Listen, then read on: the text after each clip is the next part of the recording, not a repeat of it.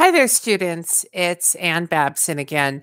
Um, I may make some videos in response to student issues, questions, comments, um, but otherwise, this will be the last video I include in the course module, independent of student interaction.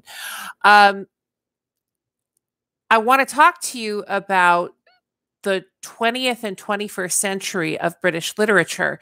I know that you are familiar with a couple of things in this literature, notably, very important and likely to have legs for a very long time is Harry Potter. If anybody has ever read a Harry Potter book or any of the Lord of the Rings or The Lion, the Witch, and the Wardrobe, there is a great deal of literature that has reached you by the time you've taken this course that comes out of England and is actually lovely British literature of our times.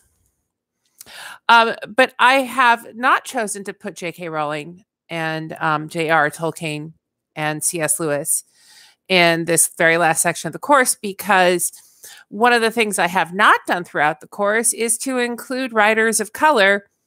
And there are a variety of reasons for why they didn't have a forum in England. The first, of course, historically was that while there were peoples who were considered separate from the culture of mainstream England from the time of the printing press on, who lived there, they tended to have very little voice in a general sense in literature. There was you saw my video about the British Empire in the last week of the class that you just finished. I talked about the feelings of belonging to the British Empire and how strongly they felt superior to other cultures at that time without any real good reason. But one of the excuses that they gave for it in the Victorian era was that their literature was superior, they felt, to other people's literature. Hamlet is an undoubted international work of art. It is a fantastic play, but it doesn't mean that all British people are naturally superior to all people of another nation. It just doesn't. In fact, let's be honest. Shakespeare made up a story about a king of another country. So maybe the Danish are the supremacists that we ought to be agreeing with somehow. If the logic goes. There was a man, though, named Matthew Arnold, who was a poet and a literary scholar, who believed that one of the tools that the British ought to use in colonialism was to impose their cultural literacy through literature on the people they had conquered and economically dominated, so that those people would buy into the extraordinary nature of Britishness and realize, oh my goodness, we are just so much worse than all of you with your boiled vegetables and stinky pipe smoke and woolly clothes. Seriously, I love the British. I'm not dissing them. But the point is that it's absurd to assume that if I read a really good poem by Alfred Lord Tennyson, that my knees would buckle and I would suddenly say, I am a worm and you, oh mighty England, are magnificent. But that was an idea that circulated in the period of Victorian England and the height of the British Empire. And it was thought that it would civilize people, which if you think about who gets to claim civilization, civilize the peoples they conquered to read British literature. I happen to think that it has its own delights, but this as a reason for literature to exist is a false reason. Colonialism brought literature into other parts of British literature into other parts of the world and imposed it on people through the educational system that the British provided. What it did not do was to extinguish the rich literary traditions of the places that were conquered. And the peoples who were conquered, as I mentioned before, often became part of the Commonwealth, and uh, and had something to say. And people with university degrees, the university system was not closed off to people of color in England as it was to people of color in this country, um, because society was racially segregated, but at some level not intellectually segregated. If a person could manage to pass his or her O levels at a high enough level in Nigeria to get into Oxford, he would probably end up in Oxford as a sort of maybe a token, because it would cost money to get here. It would require cultural influence to even know how to navigate the British system enough to apply for the college. But it was possible for some people of color to go to British universities. And ultimately, universities, while they're not civilizing forces, they do provide information that's incredibly useful and provide a framework for considering questions the university system. I saw that my connection was unstable. Those who passed through the university system seemed to be able to speak the language of the British literary tradition. And in fact, Shakespeare foreshadows what some of the writers of European colonialism saw. In his play, The Tempest, he has a character named Caliban who finds himself colonized by Prospero, a sorcerer. And he explains, Caliban does, that he learned English to curse his colonizers. And some Caribbean writers seize upon this idea in the period of British literature that's known as postcolonialism, which dates from the mid 20th century on, to say we don't reject English as a language, and we don't even reject someone like Shakespeare per se, but we reject the notion that English people born on the island of England, of blonde hair, blue eyes, and white skin, own the language. We curse you if you've oppressed us, and we have something else to say, and you may or you may not like it. And a literary production began that included a lot of ideas that may not have been accepted by the establishment. You'll recall that I talked about Alfred Lord Tennyson as one of the most establishmentarian writers. He's pro-empire, pro-crown. But the writers of the post-colonial era, which would include really all three of the authors that I have here, but most importantly, Chinua Achebe, the Nigerian writer, and secondarily Jamaica Kincaid, who is a bit later. They question the premise of a lot of the literature that discusses colonialism and people of color that was written by white people. Chinua Achebe challenges the novel by Joseph Conrad, Heart of Darkness, as dehumanizing to Black folks. And boy, is he right. And he makes a fantastic argument. And he writes an incredible novel that we don't, in the course of this particular class, have time to explore. So I'm not including Things Fall Apart by Achebe, which is about the colonial system and what it did to Africans in Nigeria. But while Achebe is called the father of African literature, he is also a man who is educated in England, who spends time in England as well as Nigeria, and contributes to the conversation that literature is in England. And the English embrace him, even though he provides a deep criticism of previous works and previous attitudes toward literature.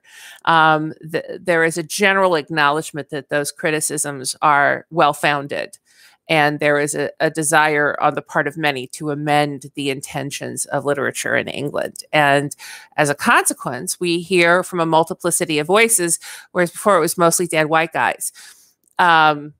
Who were at the time alive and occasionally recently dead. Let me tell you about a couple of writers that are of color that are not included in the course that happened earlier than the 20th century. The first is a man who has a best-selling book. His name is Olada Equiano. And he was kidnapped as a slave. And through a great deal of let's call it luck, but also industry and diplomacy, he manages to navigate the still somewhat tenuous slavery system in England and colonial America to buy his freedom. He has to purchase himself, but he manages to do it, and then he goes on a wild adventure throughout the world. His book is an autobiography, and he intends it to make money, so he includes the adventures of his travels, a genre that was exceedingly popular at the time. Travel writing was really exciting, and the truth is that Equiano really went all over the world. He has one of the few narratives that remembers the moment of being captured as a slave, and is able to give a firsthand account, although it's a bit fuzzy because it happens to him in early childhood, and he doesn't write the book until decades later. And he is very proud of his belonging to England as an entrepreneur of sorts. He rejects slavery, but he doesn't reject England, which is interesting. He's not really pro-British, but he's not anti-British. He's landed in England, and he's just going to survive. He's going to thrive where he's going to bloom where he's planted, as the saying goes. And his book is fascinating, and reasonably well written. I'm not absolutely in love with it, but I would tell everyone in the world that they ought to read it if they want to understand the possibilities of the human spirit to some degree. And then we have another poet who writes a book called Gitanjali, which breaks through in the late 1800s. He is an Indian with kind of a mystical view of the world. One might call him a Unitarian Universalist. The Unitarian Universalists in America have called him this. He didn't like labels about what his spirituality was, but the name of the book is Gitanjali, and the name of the man is Rabindranath Tagore, and his poetry is magnificent.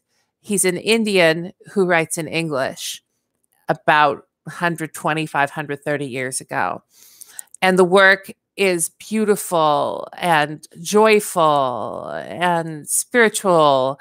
I thought very seriously about it, including him in the last section of the class.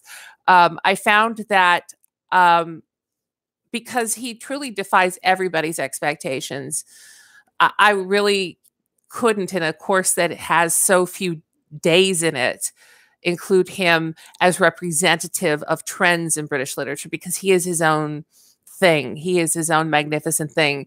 The poems that Tagore wrote could have been written today, or they could have been written 300 years earlier, or maybe 1,000 years earlier. He is so specifically himself and magnificent as such that it would be unfair to include him in a conversation of trends, cultural trends in British literature. He stands outside all of them. And I recommend Tagore's work to you as magnificent, but I am not including it in my general conversation with you. The other thing that I would say about the British literature that includes people of color is that there is a theory that I'm going to shorthand to the point of absurdity. It's so reductive what I'm saying, is that one of the things that seems to be true whenever someone who is a post-colonial writer is writing, is that they are presenting us not just the story of their specific characters or their specific plots, but they are presenting to us the problem of post-colonialism in an allegory, in an allegorical figure, in a representation that is not just the plot points of the narrative. Jameson famously says, all post-colonial literature is in the form of national allegory. I'm paraphrasing, which means that if we read Jamaica Kincaid's story Girl, which is short and poignant, it is at once a story that explores deeply the problems of a girl with a difficult mother. And there are plenty of them all over the world, but particularly in a place like Jamaica where people can be quite poor. If one's mother is not on the side of if a girl's mother is not on her side somehow, it can be utterly devastating, and it's very poignant. And the story stands in, first of all, as a story of not every man, but every girl. There's so many girls in the world who work their behinds off all day and all night and are never appreciated. And this story tells us a story that is so close to universal, that it's the story of being female in the world. It's also a national allegory because the state of colonial existence is such that a person who is colonized works really hard and never earns much of anything, never gets anything back. Someone else is taking credit and profit and degrading, excuse me, the individuals who are colonized as a way of oppressing them. And we see both of those. Girl can be read as a national allegory for the plight of the Caribbean nations under colonialism. And so even though it's not about the banana trade, it's about a girl and her mother, it's also about what the banana trade has done to the Caribbean. The people who sit on the island and cut the bananas are not the ones getting rich from the banana trade. Just saying. And then we have a man who we are reading who is considered today in England one of the most erudite writers, most impressive writers. And if you just Google him, you'll see a million interviews with the guy. He is the darling of the British media and the American media, and he's a very prolific writer, very well respected in England and in America. He spends some of his time in America because life got really dangerous for him in England. Here's what happened to Salman Rushdie. Salman Rushdie is an Indian who was a British subject who became a British citizen as a child. He is Muslim. Indians are of many different religions. The predominant two religions are Hindu and Muslim, and there is a lot of tension there between Hindus and Muslims. Rushdie is raised Muslim. Other religions, though, includes Christianity that is as old as Christianity really itself, dating back to Thomas the Apostle, who goes to India, from what we can tell. Judaism. Yes, Judaism managed to make it to coastal India. And other religions that are smaller. And all religions have found a way generally to coexist with a little tension most of the time that sometimes has blown up seriously in India. particularly at the moment of something called the partition, which happened when India and Pakistan divided. It was just devastating. There was a lot of violence between Muslims and Hindus. And so Rushdie seems, through his intellectual studies, not to become a devout Muslim, but to become something of an atheist, or at least an agnostic, and decided to write back to the Quran and figures in the Hadith, another revered Muslim book, and to discuss them in kind of a postmodern way. Well, this offended people to their core in fundamentalist Islam.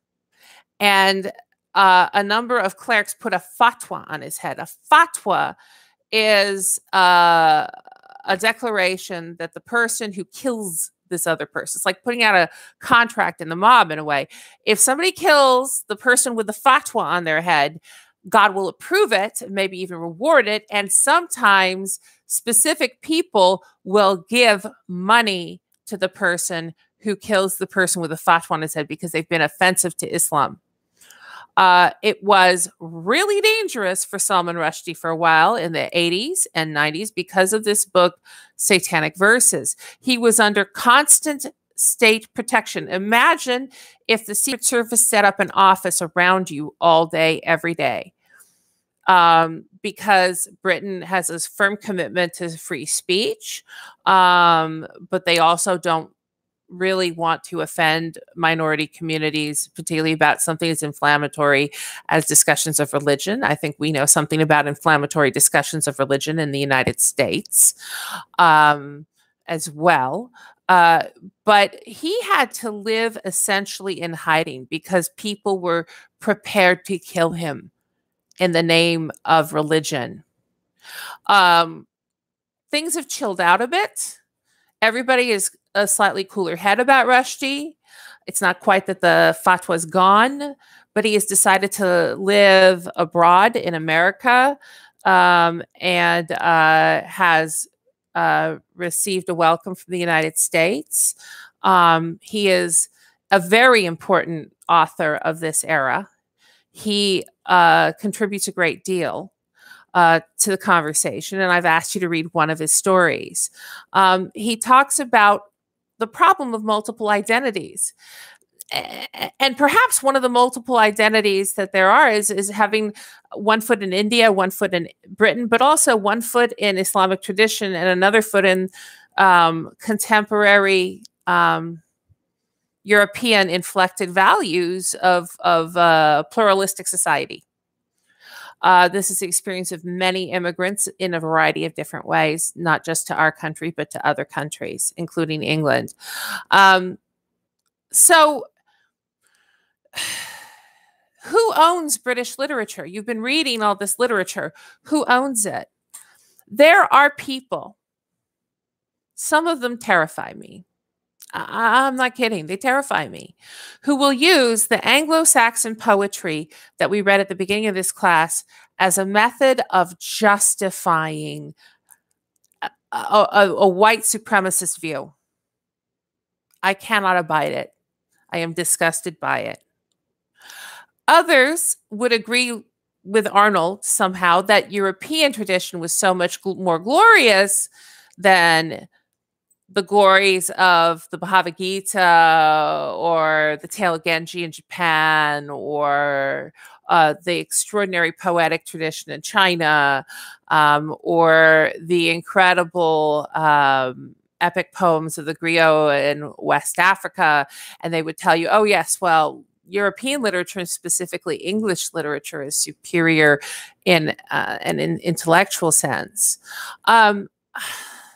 I don't think that that's even possible to argue if you've actually read any of the great literatures of other peoples. I think that one has to conclude that genius knows no territorial boundaries.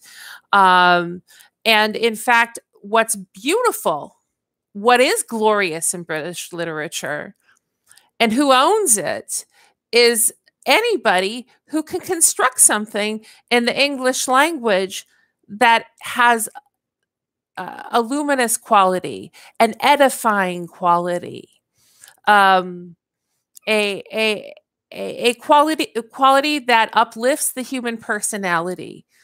Um, there are so many writers from so many places who use this language. We are not in England. If you're taking this course, we are not English. No matter what our ancestors were, we are not English. And yet this language is ours. British literature encompasses the possibilities of peoples across oceans and across times. And the dead can talk to us through British literature. I don't believe in those spiritualists on the television that say that the dead person wants to talk to you and they'll tell you about a ring or a wallet or a watch that you inherited. By the way, if I ever come back from the dead, I will not be talking to you about any dang watches. That's stupid. I would talk to you about something much more important if I felt the need to. But I decided to do my writing now in the hope that someday when I'm gone, if someone needs to hear from me, there will be a record of what I would tell them. And it is literature. It is literature I create. The literature that we receive from the Anglo-Saxons, the Elizabethans, the metaphysical and worldly poets, the Romantics, the Victorians, the Lost Generation, and this generation, they're part of a heritage which is much more important than something like white skin or blue eyes. They're part of a literary tradition that expresses hope and passion and reverence for the unknown and fear of the unknown and angst at the possibility that we might not get it right, whatever it is. We might not even know what it is to get right. And that this is an acceptable outcome for us, nevertheless, because it is what it means to be human. So who owns British literature? We own British literature. Jamaica Kincaid owns British literature. Chinua Achebe owns British literature. Salman Rushdie owns British literature. Harry Potter owns British literature, or J.K. Rowling does. Shakespeare owns British literature. The Anglo-Saxon poets own British literature. The Gowan poet owns British literature. The Americans inherited things from England and then wrote an American literature. Achebe went back to Nigeria and wrote an African literature, specifically a Nigerian literature. British literature, like with the British Navy, had legs in a way that some other literatures simply could not have had because of geography and cultural influences. And we are blessed to be the heirs of British literature and possibly the creators of something that has a small debt, at least, to some of the works we have read and the authors we have read. I know that you're still taking this course. We have this 1 week left. I sincerely hope that the readings that we have done have proved both challenging and surprising in good ways, that they've expanded your view of what it means to be human in a variety of ways, that they have allowed you to imagine the past in ways you did not imagine it, and to rethink possibly the present and the future in ways that are perhaps even at this moment hard to define. I would not teach literature if I did not think that it was terribly important. I said that at the beginning of the class. I feel like somebody talking to the jury, and I say, I rest my case. But it isn't I who rests her case. It is Shakespeare and his many friends who rest their case. Thank you for taking this class. I hope you have enjoyed it.